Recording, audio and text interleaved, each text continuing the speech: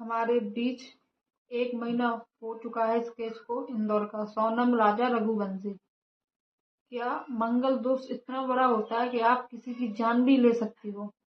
बस इतना जरूर पूछ के आना उससे कि मेरे बेटे को क्यों मारा, उसकी गलती क्या थी, सोनम से शादी करना गलती थी क्या उसकी, तो मेरे बेटे को इतनी बड़ी सजा क्यों दी। बस मेरे को एक ही प्रश्न पूछना। अगर किसी की कुंडली पे मंगल दोष हो तो आप किसी की जान ले लो, इतना बड़ा कोई दोष हो सकता है? हिंदू धर्म में होते हैं काफी दोष, लेकिन किसी की जान ले ये कौन सा भगवान कहता है, वो भी इतनी बेरहमी से? राजा रघुवंशी के भाई सचिन रघुवंशी ने कहा कि सोनम किसी को तो बचा रही है, उसका पता चलना चाहिए। अभी तक ये पता नहीं चल पाया है कि सोनम ने राजा को आखिर क्यों मारा। 8 दिन के रिमांड में उसने तो बताया नहीं कि मैंने मारा क्यों है, तो 2 दिन के रिमांड में क्या बताएगी वो। इसलिए मैं जब से मांग कर रहा हूं नार्को टेस्ट की जांच की जाए। आखिर राज को ये क्यों नहीं दिखा कि मेरे जाने के बाद मेरी फैमिली में कोई नहीं है जो मेरी माँ और मेरी दोनों बहनों को, जो जवान है घर में, उन्हें कौन संभालेगा? सोनम के प्यार में क्या इतना पागल था राज? ये खुद अपने आप से सवाल पूछ रहा होगा शायद। नार्को टेस्ट की जांच से मेरे को पता है इसके पीछे कोई ना कोई तो छुपा हुआ है जिसको बचा रही हूँ, तो वो जांच मैं शुरू से मांग कर रहा हूँ, मेरे को मिल जाए। मेरा सरकार से मेरी एक ही अपील है कि आप उसका एक बार नार्को टेस्ट जांच की जाए। जिस तरह से उसने ये अभी तक बताया नहीं गया कि मारा क्यों, मारा ये तो बता दिया, कारण इसके पीछे मारने का मेरे को ये समझना है। क्या राजा रघुवंशी को मारने के बाद सोनम ने सोचा था कि राज कुशवाहा से मेरी शादी हो जाएगी? क्या वो मानसिक स्थिति से कमजोर थी? उसे ये पता नहीं था कि जो ये पुलिस है ये हमें ढूंढ लेगी, कहीं ना कहीं तो पकड़ लेगी, आज नहीं तो कल। आखिर ऐसा क्या दिमाग में चल रहा था तब उसे मार?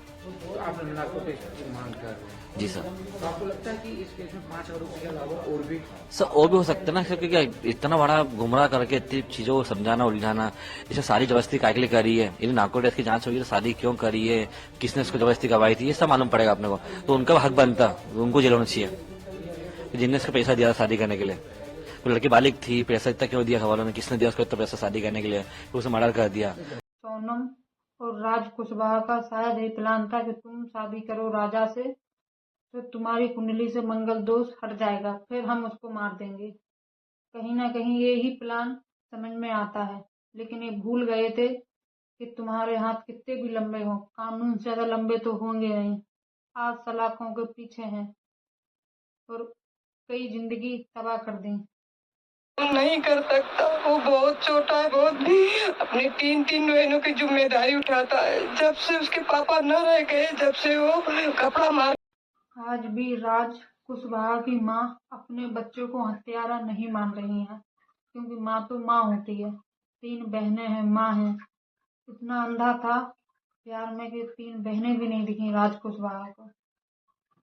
मार्केट में काम करता था, रात में आता था तो खाना खाता था, फिर न्यूज़पेपर डालने जाता था, फिर सुबह कपड़ा मार्केट जाता था। तो एक हमारे पड़ोसी भैया सब रहते करते थे, तो उन्होंने बताया कि यहाँ पे काम कर लो, गोविंद भैया के यहाँ करना। भी कई सारे सवाल हैं जो आज भी पूछते हैं लोग कि जब बहन मानता था तो अपनी ही बहन के पति को कैसे मार सकता है कोई?